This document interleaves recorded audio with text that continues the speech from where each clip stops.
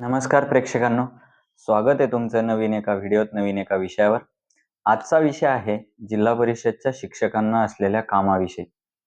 जिल्हा परिषदच्या शिक्षकांना इतकी अशैक्षणिक कामं लावून ठेवली आहे, की ते उच्च शिक्षित, उत्कृष्ट शिक्षण घेतलेले शिक्षक, विद्यार्थ्यांसाठी सक्षम असलेले, त्यांना सक्षम बनवणारे शिक्षक कामात कुठेतरी अडकून पडलेत.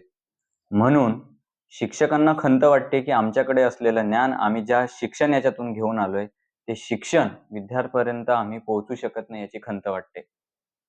खरं तर आपण जेव्हा शाळेवर जातो किंवा शिक्षकांचं म्हणणं ऐकतो, तर त्यांचा सर्वात मोठा एक अभाव जाणवतो, तो म्हणजे विद्यार्थी आणि शिक्षकमध्ये संवादच होत नाहीये.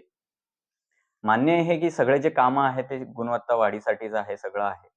पण ते सगळं येऊन बघितलं तर शिक्षकांना माहिती आहे, की विद्यार्थ्याची गुणवत्ता कशी वाढायची.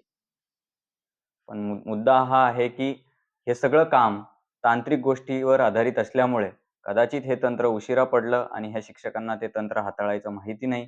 त्यामुळे हे जे कामं आहेत, हे त्यांच्याकडनं होत नाही, उशिरा होतात किंवा त्याच्यात अडथळे येतात. पण शिक्षकांचं नियुक्ती किंवा ज्या कामासाठी त्यांची तिथे नियुक्ती झाली आहे, ते काम मुळात राहतंय बाजूला आणि बाकी कामावर जास्त लक्ष दिलं जातंय आणि शिक्षक त्यामुळे त्रस्त आहेत आणि ते कामात कुठेतरी अडकून पडले. खरं तर जिल्हा परिषदमध्ये एवढे वेल एज्युकेटेड शिक्षक आहेत. मग कॉन्व्हेंटला जाणाऱ्या पालकांचा ओढ तिकडे का आहे? विद्यार्थी तिकडे का जातायत? तर इथं सर्व गोष्टी सर्व संपन्न आहेत. भौतिक सुविधा असतील, शिक्षक एवढे चांगले शिकलेले आहेत. तरीही जिल्हा परिषदच्या शाळेची अवस्था का होत आहे?